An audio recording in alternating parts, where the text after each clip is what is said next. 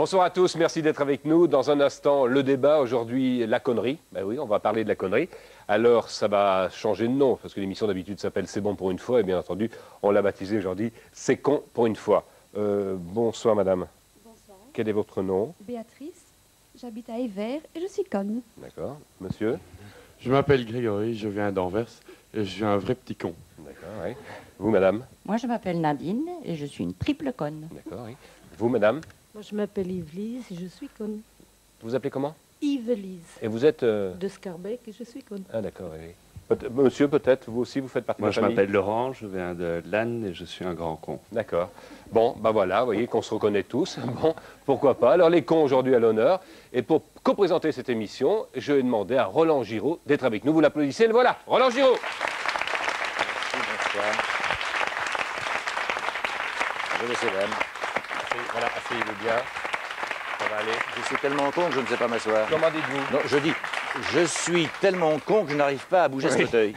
Asseyez-vous, monsieur Roland Bonjour, messieurs, Giraud. dames. Vous connaissez tout le monde? Bien sûr. Roland Giraud, donc acteur, et en ce moment en tournée en Belgique avec une pièce que vous jouez avec votre camarade Victor Lanoux. Oui, entre autres, oui. oui. Cette pièce s'appelle comment? Drame au concert. De Victor Lanoux, avec Victor Absolument, Lanoux, oui. avec Roland Giraud et avec une comédienne qui s'appelle Catherine Jacob. c'est Oui, ça? absolument. Vous êtes à 3, 4 sur Nous scène? sommes quatre. Nous Quatre. sommes quatre et on a D'accord, merci. Est-ce Certains- que vous vous sentez con, Roland Giraud? Oh bah oui, souvent, c'est un mot, je sais pas, ça va être l'objet de l'émission, extrêmement fluctuant. Tel est con aux yeux de l'un, peut-être très intelligent aux yeux de l'autre, enfin ça va. Mais quand Je vous crois vous que nous avons un regardez... psychologue avec nous. Moi, je me trouve très particulièrement con, Ouais. et d'ailleurs, j'en ai fait les frais souvent, mais ça ne me rend pas plus malade que ça, je ne suis pas D'accord. plus triste que ça. Je préfère être un con heureux, si vous voulez, qu'une personne très intelligente, extrêmement hyperglophiée, comme on va appeler, c'est-à-dire malheureuse. Donc voilà, nous très voilà heureux d'être con. tous unis autour de la connerie. Dans quelques instants, je vous présenterai mes autres invités qui, eux aussi, en ont quand même une sacrée couche.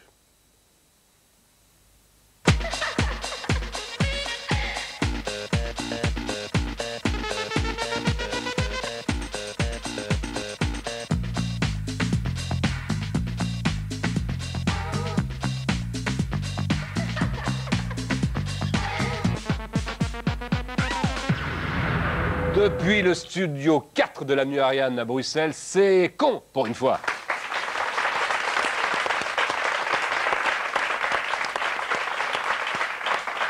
Avec Roland Giraud, notre invité principal aujourd'hui.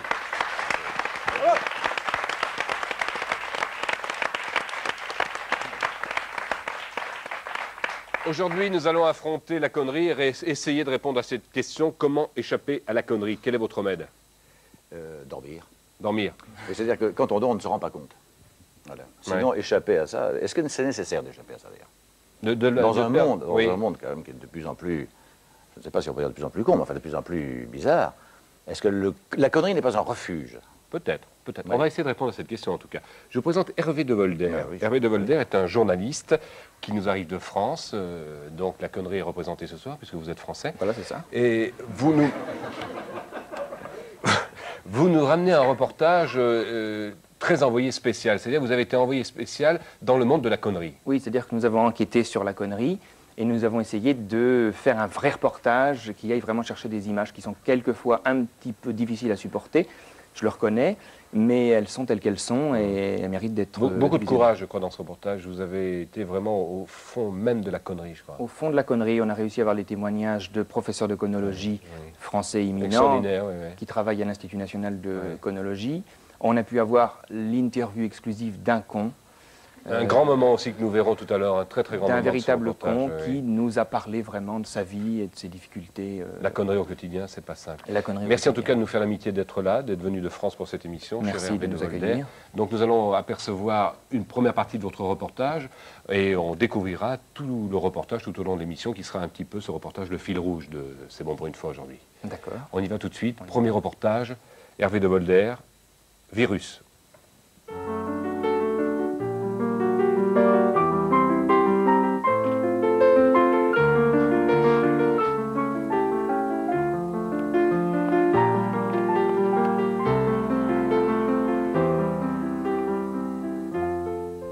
La connerie n'est pas une tare, c'est une maladie. Nous sommes aujourd'hui en mesure enfin de l'affirmer puisque nous en avons identifié et isolé le virus et je crois qu'il faut enfin cesser d'avoir l'attitude primaire de se moquer de cette pathologie grave qui existe depuis l'Antiquité et qui risque de devenir, si on ne s'emploie pas à la combattre, le fléau numéro 1 de demain. Nous travaillons actuellement à l'élaboration d'un vaccin contre la connerie. C'est un travail considérable et de longue haleine, puisque le virus de la connerie est un virus à la fois très complexe et très résistant, et dont les phases de développement peuvent différer totalement d'un sujet à l'autre. La connerie n'est pas systématiquement héréditaire. Nous savons en revanche qu'elle est contagieuse.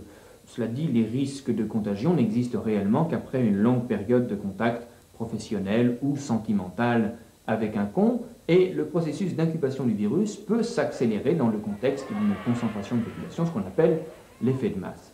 Et nous invitons particulièrement les jeunes à prendre toutes les précautions nécessaires pour se protéger individuellement d'une part, et pour contribuer ensemble à l'enrayement de la maladie. Le dépistage de la maladie s'effectue très facilement grâce à un appareil qu'on appelle électroconogramme et qui permet d'évaluer avec une marge d'erreur infime le taux de connerie d'un patient. Voilà. Premier avantage de la soirée. Autour de la table, les SNUL. Tout d'abord, Stéphane Liberski, que je vous propose d'applaudir. Stéphane Liberski, du groupe Les SNUL. Et Frédéric Janin aussi. Frédéric Janin, auteur de BD, et il fait partie des SNUL. Les SNUL qui ont marqué quand même la connerie aussi en Belgique. Oui, il y en a 2 sur les 5 aujourd'hui. Mais c'est déjà des C'est déjà un bon concentré, oui. Gabriel Tauvron, il est sociologue, très sérieux, lui. Bonjour, monsieur Tauvron. Bonsoir. Bonjour, monsieur Est-ce que le con, cher monsieur Tauvron, est-ce que le con a sa place dans la société? Évidemment. Pourquoi se défendre contre la connerie? C'est la question qu'on posait tout à l'heure. Mais en fait, il y a intérêt à être con parce qu'on se sent moins seul. Ne pas être con isole quand même. Et donc, par conséquent, je pense que c'est une place universelle. Hervé de Volder, que vous connaissez déjà, il représente donc la connerie française. Et moi alors? Mais toi, vous êtes à part. Comment j'étais en France encore ce matin? Vous êtes acteur, c'est différent. Oui, mais qu'est-ce que je suis con? André Gauss, il est linguiste. Bonjour, monsieur Gauss, merci de nous faire l'amitié d'être avec nous. Le Grévis, c'est lui. C'est vrai que vous avez repris le fonds de commerce de votre beau-père, si je me permets. Et vous allez nous donner la définition du con dans quelques instants. Je vous le demanderai tout à l'heure dans l'émission. Et puis, une psychologue aussi très sérieuse, Anita Violon. Merci d'être avec nous, madame Violon. Alors, question tout de suite pour vous. Pour vous, en termes psychologiques, c'est quoi un con? Écoutez, en termes psychologiques, un con, ça n'est pas une catégorie. Hein. Nous avons des catégories qui s'intitulent débilité mentale, schizophrénie, paranoïa, mais la catégorie connerie n'existe pas. Pour moi, ça a un sens. Ça n'existe pas en psychologie. Ah non, ça n'existe pas. Quel est le sens pour la psychologue du mot con? Écoutez, le con en tant que tel est inidentifiable. Il n'existe pas en tant que tel, il n'existe que par rapport à la définition que l'autre en donne. Ce qui veut dire que on est con relativement à quelqu'un. Je peux juger que quelqu'un... D'abord, c'est un mot, finalement, qui ne veut rien dire. Vous l'avouerez avec moi. Je ne veux pas décrier le sujet de votre émission, hein, mais qu'est-ce que ça veut dire, con? Interrogez 10 personnes au hasard. Elles vous répondront des choses différentes. Dire à quelqu'un qu'il est con, ça veut dire simplement qu'on le méprise. Ou ça veut dire qu'il nous frustre. Il est con, pourquoi? Parce qu'il a garé sa voiture devant notre garage, parce que son chien s'est oublié devant notre maison. Donc il nous frustre, donc on l'agresse en disant qu'il est con, ou bien on le méprise, ce qui veut dire que nous rehaussons. Mais on est tous le con de quelqu'un, Anita Violon, on est tous le con de quelqu'un, donc véritablement cela n'a plus de valeur. Potentiellement le con de quelqu'un, tous, oui. Est-ce que quelqu'un vous a déjà traité de conne? À mon insu, sûrement. Ouais, mais en face de vous, pas. Mais en face de moi, je crois que j'ai un regard tellement terrible à certains moments que ça ne m'est pas encore arrivé. Alors, le sens du mot, en fonction du ton qu'on donne à ce mot, il a un sens différent, ce mot. Il est évident que n'importe quel mot, selon le ton avec lequel on le prononce, a un sens différent. Si je dis à quelqu'un fou, et si je dis grand fou, c'est mignon. Vous pouvez me le dire, s'il vous plaît. Grand fou. Si je dis grand con du même ton, ça m'aurait plu aussi. Mais c'est plus pertinent. Mais si je dis sale con. Ah oui, ça je l'ai pris pour moi. Mais tout ce que vous avez dit n'est pas con du tout. Ça, mais la tonalité, c'est la première chose qu'on perçoit. Si on dit les choses avec une tonalité bienveillante, quel que soit le mot, y compris con, ça sera bien perçu, ça sera perçu comme quelque chose de bienveillant, d'agréable, de caressant. Mais si on le dit sans aménité, si on le dit avec un ton violent, quel que soit le mot, si je vous dis bonjour, si je vous dis bonjour. Ouais, c'est vrai, c'est différent. Ouais. C'est le con qui fait la musique, en fait. C'est vrai, c'est ça. Oui. Donc si on dit... non, le con qui fait la t'es musique. vraiment con. Pardon, Hervé. Si on dit t'es vraiment con, c'est gentil quand même. Ben voilà. Ouais. Frédéric Jeannin. Parce que je découvre, je suis très impressionné. Je ne me rendais pas compte. Donc on peut dire t'es vraiment con. Ouais, ça peut très bien passer. Tu vas voir ton directeur, tu lui dis t'es vraiment un con. Mais ça passe, ça. Ça passe vraiment. C'est vrai, hein. Oui. Mais quand même, petit con, c'est terrible. Ça. Petit con, ça c'est terrible. Hein. Dites-moi. Ça, c'est le mépris, alors. c'est Le vrai con aussi. Ah, le vrai con, oui. Le vrai con. Vous avez des noms? Des noms. Ah oui, j'en ai, mais enfin bon, là, c'est trop long. Il y a le sale. Le sale con, ça c'est terrible. Alors, C'est un pléonasme. pléonasme. La différence, Enfin, à des époques, on ne se l'avait pas. à votre avis, la différence entre un sale con et un pauvre con, Anita Violon. Là, c'est une question extrêmement difficile. Je préférais que ce soit le linguiste qui prenne position. Eh ben, je vais lui demander. Je crois que le pauvre con, c'est du mépris. Sale con, c'est vraiment une injure, c'est plus agressif. Ouais. Pauvre con, c'est le dédain. Mais je suis absolument d'accord avec ce que dit madame, c'est que les termes d'injure, en réalité, n'ont pas de sens. Ils ont un sens qu'on leur donne selon la circonstance. On va aller dans la rue, vous demandez, chers amis, la différence entre un sale et un pauvre con. Bien sûr, non, tout à fait différent. Ah bon? Oui. Et quelle est la différence? Pauvre con, il est gentil, le sale con, il est méchant. Un pauvre con, c'est celui qui ne s'en rend pas compte, je crois. Et un sale con, c'est celui qui le fait exprès. Un con, c'est quelqu'un qui n'a pas de chance et qui ne le sait peut-être pas, tandis qu'un sale con, c'est un gars qui sait qu'il n'a pas de chance et qui sait qu'il n'a pas de chance. Et qui ne fait rien pour ne pas l'être. Un sale con et un pauvre con. Un con, c'est un con. C'est une question conne. Bah, pour moi, les deux sont pareils, hein, sale con, pauvre con. Bon. Pauvre con, bah, peut-être malheureux. Un sale con est peut-être crapuleux. C'est tous les deux des vrais cons, en tout cas. Hervé Millon ou quelque chose comme ça. Ah bon? Oui, je le trouve particulièrement con comme présentateur. Il prend les autres pour les cons. J'ai eu l'occasion de l'avoir 2 ou 3 fois au téléphone. Il est orgueilleux, antipathique et con de surcroît. Présenter un homme comme ça à la télévision, dans le cadre de débats télévisés, c'est faire signe de connerie également au niveau de la direction des faits. Vraiment, vraiment. Merci beaucoup, voilà. monsieur. Ça, vous avez un nom. Et un con en même temps. Alors, tous ceux qui applaudissent, j'ai les noms, hein. Je vous remercie. Je ne connaissais pas du tout ce monsieur, hein, mais lui, visiblement, a l'air de me connaître. Il est parfait. Il est parfait, ce gars. Il est parfait, quoi. Merci. La preuve, c'est qu'il a eu un taux d'applaudissement que personne n'a eu jusqu'à présent. Merci. Merci. C'est pas con de sa part. Je vous connais. Oui, oui c'est vrai. Parlons du mot, justement, André Gosse. Il n'y a pas de contraire au mot con. C'est-à-dire que les termes d'injure sont beaucoup plus riches que les termes laudatifs. Selon les circonstances, ça peut être malin, ça peut être adroit, mais en réalité, ce ne sont pas vraiment des synonymes.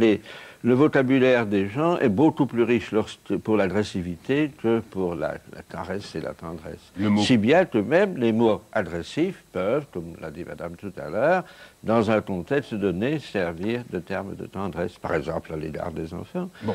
Parlez-moi de l'origine de ce mot. D'où vient-il? Alors, est-ce que c'est le sexe féminin, comme certaines personnes il y a tout de même un petit doute.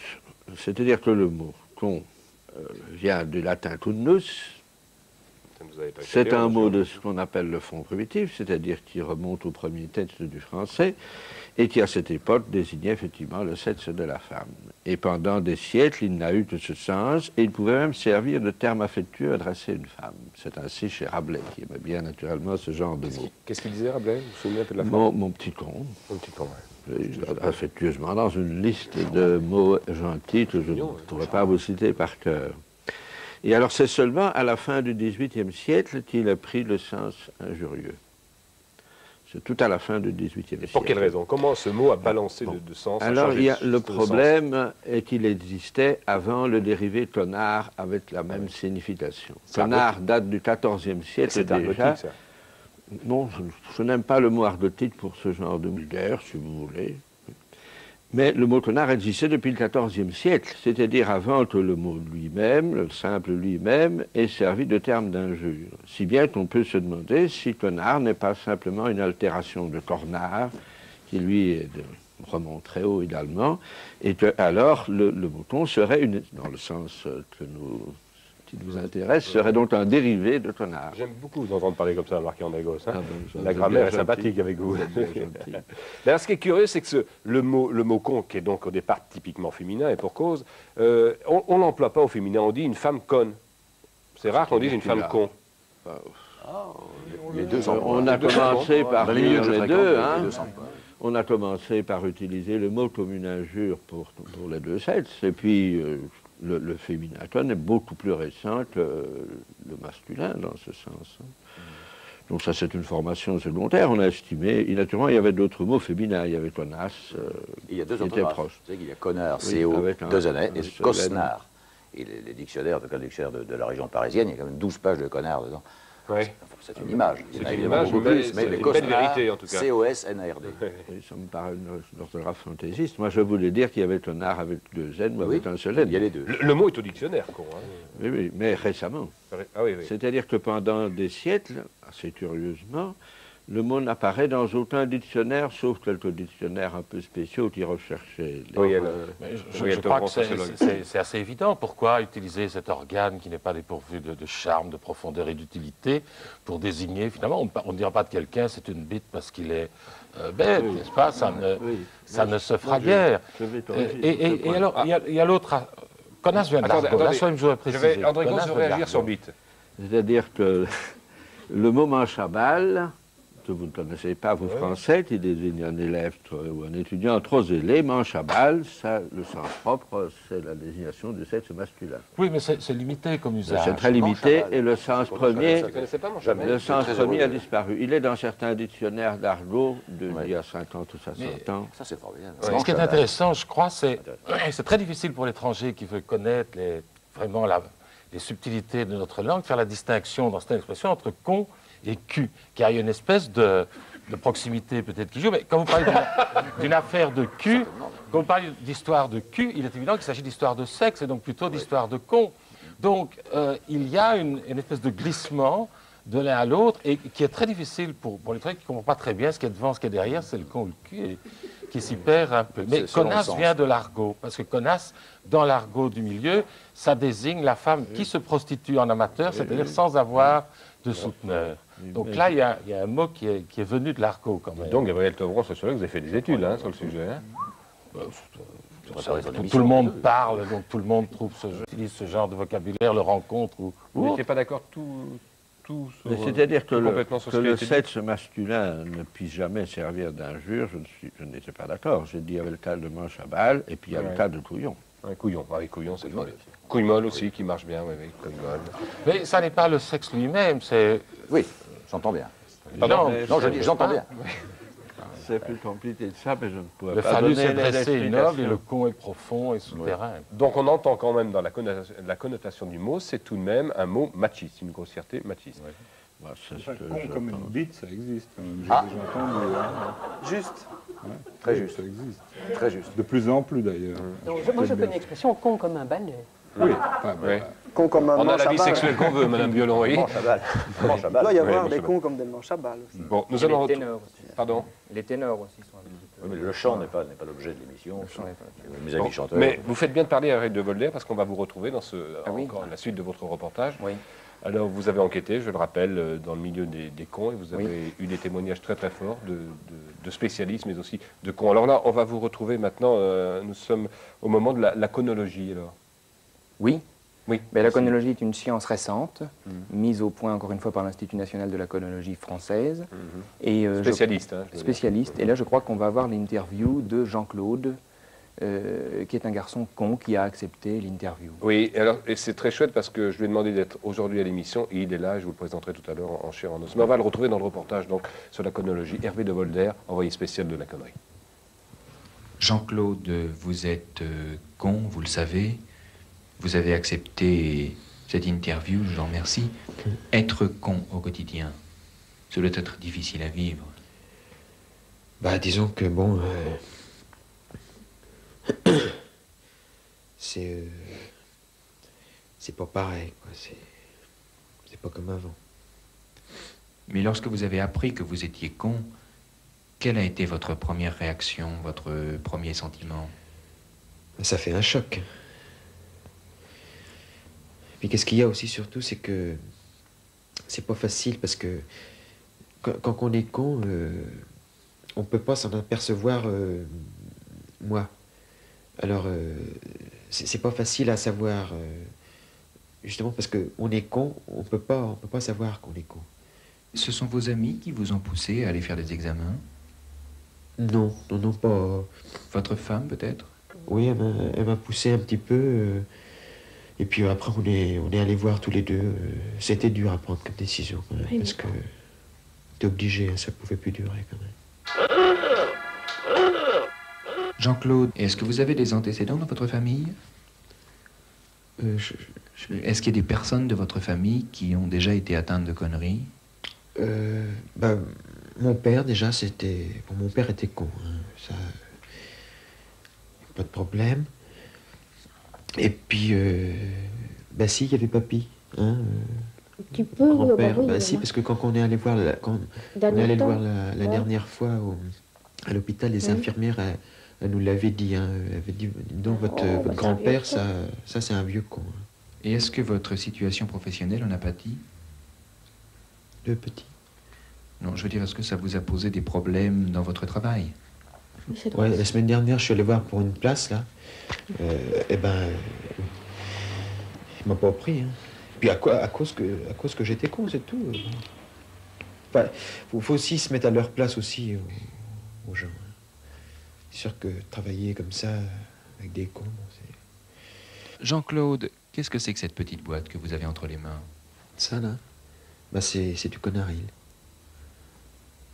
Qu'est-ce que c'est, le Conaril? C'est un médicament. Ça soulage un peu. On en prend quand on a des crises. Ça vous soulage de votre connerie? Oh, ouais. Moi, ça me fait du bien. Il faut que j'en prenne souvent, moi. Parce que normalement, c'est toutes les 2 heures. Mais mon docteur m'a dit que je pouvais en prendre plus souvent, moi, parce que... Jean-Claude, est-ce que vos rapports ont changé avec votre entourage? Là, sans rejeter. Sans rejeter, c'est tout. Vous vous sentez rejeté? Ouais, ça fait mal. Vous savez, quand on avait des amis avant, puis que ils vous causent plus comme ça, parce que... Tout ça parce qu'on est con, ça fait mal. Jean-Claude, depuis combien de temps êtes-vous vraiment un con? On sait pas exactement, mais bon... Moi, c'est toujours pareil, quand le médecin, on allait le voir, et... Apparemment, il disait que c'était de naissance, quoi. Voilà, beau reportage. Merci.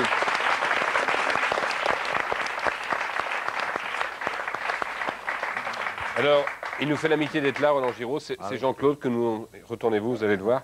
Nous avons vu dans ce reportage. Jean-Claude, dans le reportage, on vous voit à visage découvert. Pourquoi ce soir avoir mis un masque? Tout d'abord, je voudrais dire que pendant le reportage, il y a eu des rires qui m'ont extrêmement blessé. C'est pas toujours facile d'être un con. Et sinon, j'ai choisi de me masquer, c'est pour tout simplement pour pas que ma femme me reconnaisse. Mais vous savez quand même que dans le reportage, vous êtes passé non masqué, Jean-Claude. Oui, mais enfin, ça s'est déroulé chez moi quand même. Donc là, c'était chez moi, mais pas question de passer à visage découvert à la télé. D'accord. Merci, merci Jean-Claude, en tout cas de votre courage, on vous applaudit. Bravo. Oui, c'est grand. C'est grand. C'est émouvant même. Ce qu'il a dit n'était pas con du tout. Là. Non, c'était pas du tout con. Quel est, à votre avis, le plus grand con, Roland Giraud, de la Terre le plus grand con. Je vais demander d'ailleurs ça à tous. Moi je pense qu'il n'y en a pas qu'un. Ça, j'aurais beaucoup de mal à en définir un seul. Je pense qu'il y a... je voulais dire dans l'empereur des cons. Oui, c'est ça, oui, en quelque sorte. Le roi, quoi. Dans certaines circonstances, je me demande si c'est pas moi. C'est beau, en toute modestie. Oui, en toute modestie. Honneurs, oui. Mais en définir un comme ça à brûle pour point, si vous me permettez l'expression, j'ai beaucoup de mal. Non, mais quand vous voyez quelqu'un... Excusez-moi, je suis encore sur le coup de l'émotion, parce que il ne faut pas avoir honte d'être con. Vous m'avez fait beaucoup de peine. Oui, mais je veux dire, à un certain moment, quand vous rencontrez quelqu'un, est-ce que vous estimez qu'il est tout de suite con? Est-ce que vous pouvez voir, en le voyant la première fois, à quel moment vous vous rendez compte qu'il est con? Ah oui, c'est de voir un acte précis. Mais le plus douloureux, c'est évidemment de s'en rendre compte, alors qu'on ne se doutait pas du tout. On peut connaître une personne depuis des années et se rendre compte subitement que c'est, excusez-moi, vraiment une conne ou un con. Et là c'est foudroyant. Hervé de Volder. Moi, au cours de ce reportage, de cette enquête qui a duré 18 mois, j'ai eu l'occasion de beaucoup côtoyer le sujet, de rencontrer beaucoup de gens. Et alors, je me suis amusé à dresser un petit répertoire des signes extérieurs de conneries qui permet de déceler avec quand même une meilleure objectivité les cons parmi les amis relations. Alors, je vais vous en dire quelques-uns. Il y a ne pas se rendre compte qu'on gêne. Donc, quand vous reconnaissez, vous pouvez mettre des noms, des petites croix. Ne pas concevoir que quelqu'un puisse avoir une autre manière de s'habiller, d'aimer ou même de vivre. Abuser d'un petit pouvoir, se croire supérieur parce qu'on porte une casquette, un brassard, etc. Celui-là, je l'aime bien. Accorder arbitrairement des autorisations. Bon, moi, je veux bien que vous mettez votre voiture là, alors qu'on ne lui demandait pas son avis. Ça nous mène à se mêler de ce qui ne regarde pas. Prendre les enfants et les chiens pour des débiles. Alors ça, on a l'habitude avec les chiens, mais vous imaginez. Alors, il est content, Bébéillon. Et il est content, Bébéillon. Il fait son émission à la télé. Ça, c'est insupportable. Il y a affirmer sans certitude. Ah non, ça passera pas. Hein. Ou, non, elle reviendra pas. Hein. Ou, ah, ça, vous trouverez pas. Insister pour donner autre chose que ce que l'on demande, c'est encore une façon de décider pour les autres. Il y a celle-là, je l'aime beaucoup aussi, c'est répéter les avis et décisions des autres. Non, je crois que je vais faire tondre mon caniche pour cet été parce que sinon il va vraiment avoir trop chaud. Ah oui, je crois qu'il faut que tu fasses tondre ton caniche parce qu'il va vraiment avoir trop chaud. Il y a ne pas adapter un règlement ou un raisonnement à un cas précis, et là on s'approche du con professionnel ou de celui dans les prérogatives professionnelles, psychologiques, etc., ou politiques, oblige à avoir contractuellement une attitude de con. Et puis je vous donne la dernière, ne pas faire d'efforts pour comprendre. Oui. Ça, vous les repérez tout de suite avec votre petit carnet. Alors. Voilà, donc après on met des petites croix et on les comptabilise. Oui. Vous ratissez là. Oui, mais la liste n'est pas exhaustive, bien sûr. Frédéric? Moi, j'ai pas préparé, j'ai pas eu 18 mois, alors... Je sais pas, c'est vrai qu'on pourrait faire un hit parade, on peut organiser un sondage vers une parade des cons. Je sais pas, j'en connais quelques-uns, mais ça ne sert à rien que je cite parce qu'ils sont pas connus. Enfin, je pense à... À qui? Non, mais... À votre beau-frère? Oui, non, mais vous ne connaissez pas. D'accord. Stéphane? Non, mais moi, il y a quelque chose que je voudrais dire, c'est que il y a une revisitation du mot et du concept de con maintenant. Bon, un symptôme, cette émission maintenant, les cons, c'est presque bien vu d'être con. Enfin, je sais pas, vous écoutez sur Fun Radio, des choses comme ça, on dit « Ah, j'adore tout ce qui est con. » Oui, Arthur, l'animateur c'est génial, c'est génial parce que c'est con, parce que j'aime. C'est moche, c'est con, donc c'est bien parce que c'est moche. Donc là, il y a un changement de valence, je crois, au mot con, qui est intéressant à noter, je trouve, pour un sociologue éventuellement, je ne sais pas. Et je crois que c'est une maladie qui vient du second degré. Je suis bien placé pour le savoir, puisque second degré, nous en avons usé, abusé, et le second degré a engendré une nouvelle maladie qu'on pourrait explorer aussi à la manière que vous avez faite. C'est de ne plus savoir, d'ailleurs maintenant, très souvent, les gens savent que quelque chose est con ou pas avant de connaître la chose, très souvent. C'est vrai. Il y a des tas de choses comme ça. Enfin, je pourrais continuer. On va demander au sociologue son avis. Le hit parade des cons, à votre avis, est-ce qu'il y en a ou pas? C'est extrêmement fluctuant parce que je pense que chacun peut être con à un moment et pas con à un autre. Et par conséquent, nous aurons des hommes d'État que nous trouverons cons en certaines circonstances et pas du tout cons dans d'autres. Et puis ensuite, je pense qu'il faut faire...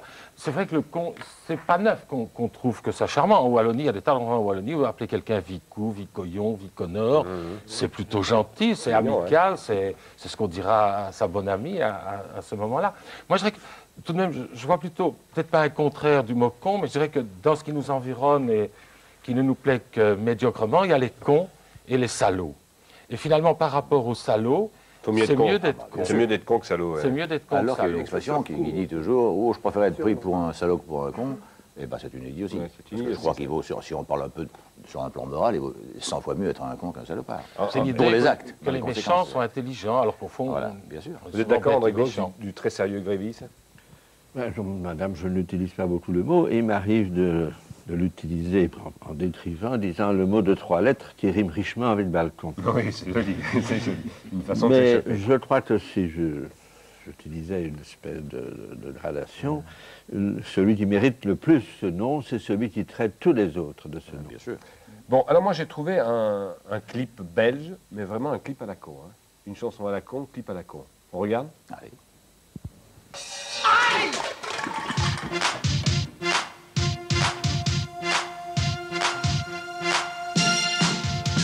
Les imbéciles dans les villes et partout ailleurs, qu'est-ce qu'ils sont cons, on en a marre de les voir. Bonsoir. De les voir, au revoir. Pas ce soir. Qu'est-ce qu'ils sont cons, on en a marre de les voir. Bonsoir. De les voir, au revoir. En calbar. Ils ressemblent aux champignons, comestibles ou pas. Moi j'en ai mangé qu'une fois et j'ai mal au foie. Qu'est-ce qu'ils sont cons, on a marre de les voir. Bonsoir. De les voir, au revoir. Au starta. Ils ont l'air intelligents, comme vous et moi. Non, pas moi. Moi je ne les reconnais pas. J'en ai mangé qu'une fois. Qu'est-ce qu'ils sont cons, on en a marre. Voilà. Ils ont là. Alors là, c'est vraiment... Abyssal, c'est la connerie abyssale, vraiment. C'est con et c'est long, ça. Oui, c'est vraiment con. Hein. Oui, c'est très con. C'est très con. Très, très con. Donc le but est atteint. Oui, c'est ça. C'était vrai. Je vous offre le disque de ce gars-là. Oh, alors là, écoutez, comme souvenir, André Gosse aussi, je vous offre ce disque de ce gars-là qui s'appelle Xavier Francis et qui a fait ce titre. Vraiment con, très con, hein, les enfants, vous l'avez. J'en ai même pour le public, si vous en voulez, le public, tenez mademoiselle, distribuez. Ça va vous faire plaisir au lycée, vous allez voir, vous allez la cote. Voilà, si vous voulez... Si vous voulez d'ailleurs vous procurer ce disque, eh bien, sachez que j'ai un numéro de téléphone à vous communiquer pour le disque à la con, c'est le 081 44 49 28 si vous voulez vous procurer ce disque à la con. On va faire de la publicité, là c'est tout à fait sérieux par contre. Hein. Ah bon? La publicité. La publicité c'est très sérieux. Ben, je vous en prie. Bien sûr. Merci à vous tous de nous faire la connerie encore de nous suivre, encore pendant un petit 20 minutes. C'est vrai que dans votre région, Roland Giraud, le mot con est tout à fait sympa. Probablement le seul dans le studio ici est originaire de la région de Toulouse où j'ai été élevé. Et dans la région de Toulouse, si certains d'entre vous ont traversé cette région, vous allez le savoir aussi, le mot con n'est en aucun cas mérite l'exégèse qu'on fait là aujourd'hui, puisque ce n'est qu'une virgule. C'est-à-dire que les gens s'aperçoivent. Eh, salut Coco, ça va con. C'est qu'est-ce qu'il fait le banco? Eh bien, le banco, je veux aussi les macos. Et donc, très très rarement, les gens se traitent de con parce que c'est un mot qui est passé vraiment dans l'usage courant et qui est une sorte de respiration. C'est bien, mais c'est comme ça. Mais écoutez. Bien sûr, chers amis, si vous n'avez pas compris, on joue quand même à plusieurs degrés l'émission. Il faut quand même être réaliste. Je pense qu'ils ont compris. Ils ont compris, vous croyez? Bon, d'accord. Hervé de Volder, journaliste français à la con. Oui. Donc on va continuer votre reportage. Suite de votre reportage, maintenant c'est le moment important de ce reportage, un moment bouleversant, c'est la thérapie. Oui. Alors malheureusement, la thérapie, la maladie étant depuis peu identifiée, comme telle, la thérapie est encore à ses débuts. Et on va voir que les médecins se débattent avec le peu de moyens qu'ils ont.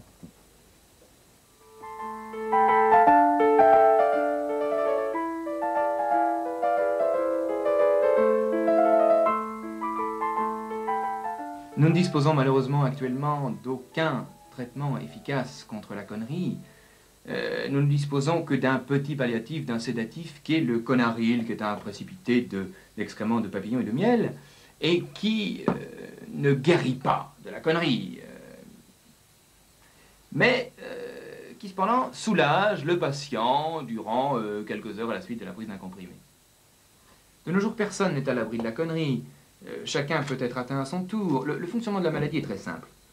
Nous avons tous, à la naissance de notre code génétique, une petite dose de connerie. Et avec la contraction du virus, cette connerie se développe, s'hypertrophie, jusqu'à donner les symptômes connus de l'air con, de la tête de con, jusqu'à quelquefois des tempéraments et des comportements agressifs, jusqu'à la phase terminale qui est le vieux con. Nous avons fondé il y a 4 ans un centre de connassothérapie qui avait pour but de tenter de guérir la connerie par la connerie elle-même. Cette expérience, on en a dit ce qu'on en a dit, mais c'est une expérience pour nous qui a été très enrichissante. C'est le moins qu'on puisse dire. Écoutez, 350 patients à 8 000 francs par mois. Non, par semaine. Par semaine, qui plus semaine. est. Mais ne détournez pas le problème. Cette expérience nous a appris beaucoup du fonctionnement du virus de la connerie. Et en qui de cette expérience très fructueuse, nous travaillons actuellement à l'élaboration d'un conarium qui lui aura pour but de réunir en un même lieu un certain panel de cons représentatifs afin de pratiquer sur eux une thérapie de groupe. Et là, nous avons de bons espoirs de réussite. Est-ce que vous avez un espoir de guérison en ce qui concerne votre connerie? Alors, je préfère carrément vous le dire franchement, non. Non, j'ai pas d'espoir. Vous vous rendez compte, Jean-Claude, de la gravité de ce que vous dites? Il y a des millions de cons qui nous regardent. Vous leur enlevez peut-être toute forme d'espoir. Ah, mais moi, bon... il y a la télé, je préfère dire les choses en face et puis pas mentir. Hein. C'est plus rendre service aux autres. Hein. Enfin, moi, bon, quand je dis que j'ai pas d'espoir, je parle pour moi. Hein. Parce que, bon, je suis pas divin, hein. Je peux pas savoir pour les autres, hein. Je sais pas comment ils sont atteints. Mais bon, en général, quand on est con, c'est pour la vie. Hein. Puis de toute façon, moi, le médecin, il nous l'a dit. Hein. Quand je suis arrivé, puis il m'a dit, vous savez, des cons, j'en ai vu, mais des comme vous, j'en ai pas vu beaucoup. Hein. Ça, alors bon, je me fais pas d'illusions, c'est sûr. Et qu'est-ce que vous faites, Jean-Claude, pour lutter contre cette maladie? Ouais, ce que je fais, c'est que je prends ça, c'est tout. Je peux juste être soulagé, c'est tout. Vous me parliez tout à l'heure d'une association à laquelle vous participez. Vous pouvez nous dire quelques mots sur cette association? Ouais, si vous voulez, c'est une association, c'est tous les jeudis. On se réunit. Tous les cons du quartier, quoi. Et vous vous y sentez bien dans cette association? Ah ouais. Ah ouais. On parle comme ça avec les autres. On n'est que des cons, hein, mais ça fait vraiment du bien. Roger, marié, un enfant, con depuis 1963, date de ma nomination de chef d'atelier. Bernadette, mariée, un enfant, atteinte de conneries depuis que j'ai épousé Roger. Vous me permettrez de ne pas révéler mon identité, étant donné mes fonctions. Nous comprenons très bien, monsieur le ministre. Je suis con, mais je me soigne. Je suis con, mais je me soigne. Je suis con, mais je me soigne. Voilà. Donc ça n'a pas dû être simple d'infiltrer ce monde-là, je présume. Non, il a fallu des autorisations? Non, mais de la patience, de la persuasion aussi, pour arriver justement à s'infiltrer dans ces soirées-là. Et jouer le rôle, quelquefois. Gabriel Tevron, vous êtes sociologue. Est-ce qu'un jeune con, on dit souvent qu'un jeune con est plus dangereux qu'un vieux con parce qu'il a tout l'avenir devant lui? Qu'est-ce que vous en pensez? Mais encore une fois, je crois que c'est pas tellement important, parce qu'encore une fois, on est con selon les moments, et le con, c'est l'autre, donc on est toujours, me semble-t-il, le con de quelqu'un. Je veux dire, comme professeur, il y a beaucoup d'étudiants par moment, que je trouve con, mais je suis sûr qu'eux, à des tas de moments, quand je donne cours et que je ne suis pas au point, ils doivent se dire qu'est-ce qu'il est con celui-là. L'entreprise ne marche pas, le patron va dire mes ouvriers sont des cons, mais les ouvriers doivent se dire que c'est franchement parce que le patron est con. Donc je dirais que le con, c'est comme l'enfer, c'est les autres. Est-ce que la connerie envahit notre société ou pas? Maintenant, je pose une question sérieuse, Omar Kévagnic, là. Mais je pense qu'il n'y a pas de raison de considérer que notre société soit plus conne que celles qui les ont précédées. Je ne pense pas qu'il y ait... On parle du progrès, mais je ne pense pas qu'on progresse dans la connerie, ni qu'on régresse. Je pense qu'il y a une certaine stabilité, puisque c'est quelque chose d'artificiel, puisque c'est finalement l'autre, encore une fois. Et que peut-être ce qui est le rapport, c'est que finalement... Plus on est con, plus on trouve les autres cons. Quand Gide est revenu du Congo, il a dit moins le blanc est intelligent, plus le noir lui paraît bête. Alors aujourd'hui, on aurait dit en termes totaux, plus le blanc est con, plus il trouve le noir con. Et je crois que c'est ça. Plus on est con soi-même, plus on aura tendance à trouver les autres cons. Et comment échapper à la connerie? Je pense qu'on ne peut pas y échapper. Je pense qu'un monde sans cons serait un monde relativement triste. Un monde sans salauds serait reposant, mais un monde sans con serait un peu ennuyeux. Vous en pensez, Roland? Je pense que c'est ce qu'il vient de dire, et encore une fois, pas con du tout, et très intelligent. Ouais. Vous connaissez les SNUL? Vous connaissez les nuls, mais les SNUL, vous les connaissez? Il y en a deux, là. Eh bien, écoutez, on va les voir dans l'extrait d'une cassette qui vient de sortir des SNUL qui s'appelle « Leçon de chic ». C'est pas tout à fait les SNUL, on en parlera tout à l'heure. Bonjour des bonjours. Moi, j'aimerais bien d'être très chic, je ne sais pas comment je dois faire. Ah, tu dois aller à l'opéra hein, pour être Mais chic. oui, hein, tu dois aller à l'opéra hein, pour être très chic. Moi, je vais aller à l'opéra, hein, je serai très chic. Ça, c'est très chic, tu sais, l'opéra. Il y a des gens chics là-bas, tu sais. Et comment est-ce qu'on fait alors pour aller à l'opéra? Ah, tu ne peux plus y aller avant 5 ans, hein, ça tout est réservé. Oh, 5 ans, c'est beaucoup 5 ans, mais alors qu'est-ce que je vais faire alors? Ah ouais, mais 5 ans, mais c'est pour ça que c'est chic, hein, c'est parce qu'on peut pas y aller, hein. C'est parce qu'on ne peut pas aller que c'est chic, alors c'est comme d'aller par exemple à Sarajevo, ça c'est chic aussi d'aller. Ah oui, il y a des gens qui ont passé les fêtes là-bas, c'est très chic, hein. Les fêtes à Sarajevo, ça c'est bien. Ouais, ou alors tu vas un week-end à Vienne pour aller à l'opéra à Vienne, ça c'est chic aussi, hein. Ça c'est chic, Vienne de l'opéra de Sarajevo de Vienne, ça c'est chic. Oui, hein, tu vas voir un bon Nabucco là-bas avec le téléphone hein, dans ta Mercedes ou quoi, ça c'est chic. Nabucco, oui, avec le téléphone dans la Mercedes. Un bon Nabucco. Un bon Nabucco, hein. Un bon Nabucco de Jarret Vaux, ça j'aime bien.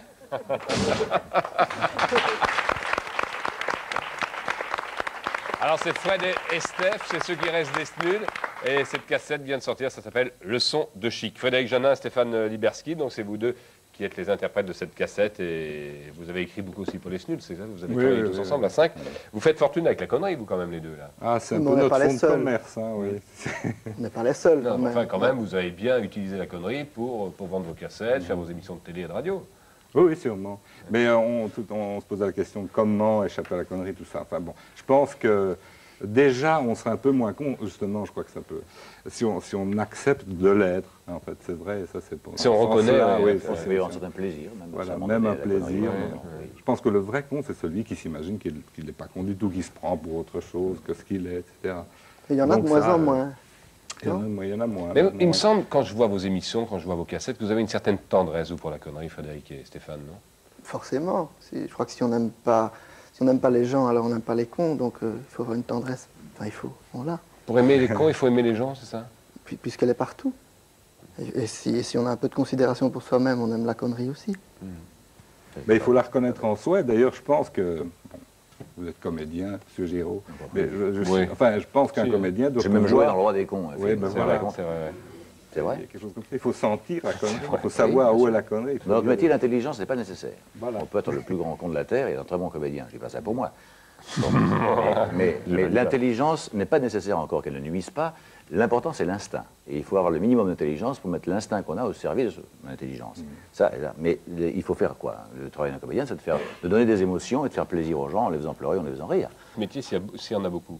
Oui. Je pense pas plus qu'il y en ait plus qu'ailleurs. C'est un métier porteur pour la connerie? T'es supérieur à la connerie, vous deux? Nettement. Non, pas du tout. Pas du tout, et vous? Ce que vous dites là fait preuve de beaucoup de tolérance, je trouve, et ça c'est particulièrement intelligent. Là. Nous débordons le sens de l'émission. Je crois qu'il faut, parce que si on n'est pas tolérant, on a l'air con quand même. Exactement. Par contre, moi j'ai un gros problème là, et un grand regret, au terme de l'émission, c'est que je me sens, tout ce que nous avons dit, je me sens un peu moins con qu'au début de l'émission. C'est bien, oui. Et je le regrette. C'est là. Chic. Tu resserres avec la 3, hop, resserre. Qu'est-ce que tu veux, cette caméra? Hop, la 3. Ok, voilà, le son chic. Les cassettes sont en vente déjà dans le commerce? Plus que probablement. Ouais. Est-ce que ça se vend? Alors, sûrement. Ça... Qui achète ça? Tous les cons. C'est ça qu'il fallait dire. Et puis il y a aussi un compact qui vient de sortir, le son de chic, avec Fred et Steph. Petite note poétique pour finir, s'il vous plaît. Bien heureux les innocents. Ça n'a pas perdu de valeur. Ouais. Hervé de Volder. Oui. Aussi, dans votre reportage, vous nous ramenez un clip superbe. Un clip de solidarité énorme. Oui, on a travaillé encore une fois avec l'équipe pendant 18 mois sur ce reportage et on s'est dit qu'il fallait se mobiliser, faire quelque chose.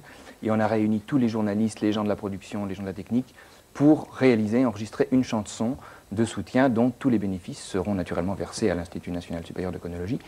Et alors, donc je vous ai apporté ce clip. Superbe. Il faut acheter la solidarité. Il faut acheter la cassette. Encore une fois, tous les fonds seront... Un clip qui aide les cons dans leur quotidien.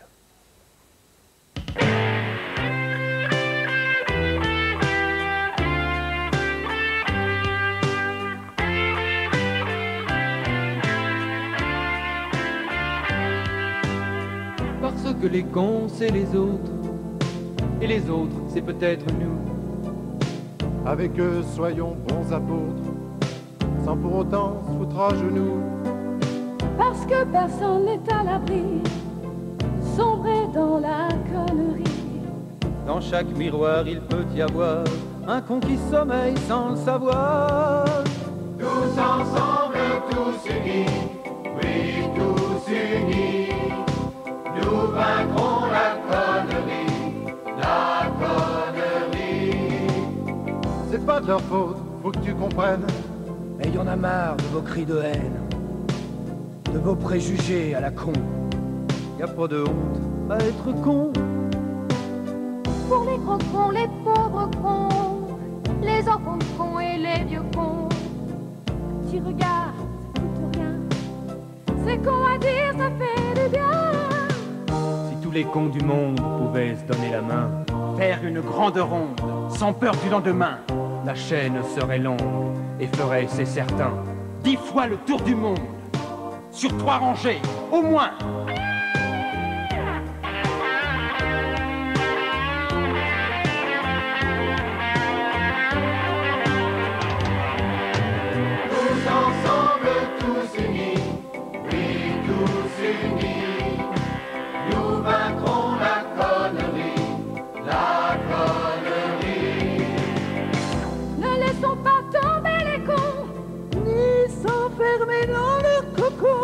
Faut les aider, leur expliquer, 10 fois, 100 fois, persévérer.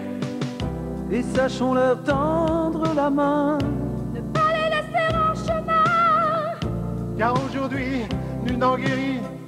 Quand on est con, c'est pour la vie. Tous ensemble, tous unis, oui, tous unis, nous vaincrons la connerie, la connerie. Tous ensemble, tous unis, oui, tous unis, nous vaincrons la connerie, la connerie. Tous ensemble, tous unis, oui, tous unis, nous vaincrons la connerie, la connerie. Tous ensemble, tous unis, oui, tous unis, nous vaincrons la connerie, la connerie. Tous ensemble, tous unis. Voilà. Vous vouliez peut-être dire un mot pour terminer l'émission. Je t'avais parlé dans mon micro parce qu'on n'avait pas de micro. Oui, j'aimerais bien. Ma femme m'a demandé si je pouvais embrasser Monsieur Giraud. Oui. Oui. Je peux vous embrasser. Oui, pas sur la bouche, s'il vous plaît. D'accord. Mais volontiers. Merci. Ça fait plaisir et surtout, Merci de courage, me comprendre. Merci de me comprendre. Vous avez vu ce clip sur la connerie, donc vous pouvez acheter le disque. D'accord, merci monsieur. Merci, on vous applaudit pour votre courage. Ah oui. Et on vous dit à bientôt monsieur. Bravo, courage. Voilà, merci Roland Giraud d'avoir été co-présentateur. Oui, c'est moi. À bientôt. Merci à tous. Merci, M. de Volder, de vous être déplacé, d'avoir déplacé toute la connerie française ici dans cette émission. Merci. Merci à Frédéric, merci à Steph, merci à vous, André Goss. Merci, Anita Violon. Merci, M. Tevron. Merci. À jeudi prochain. Salut.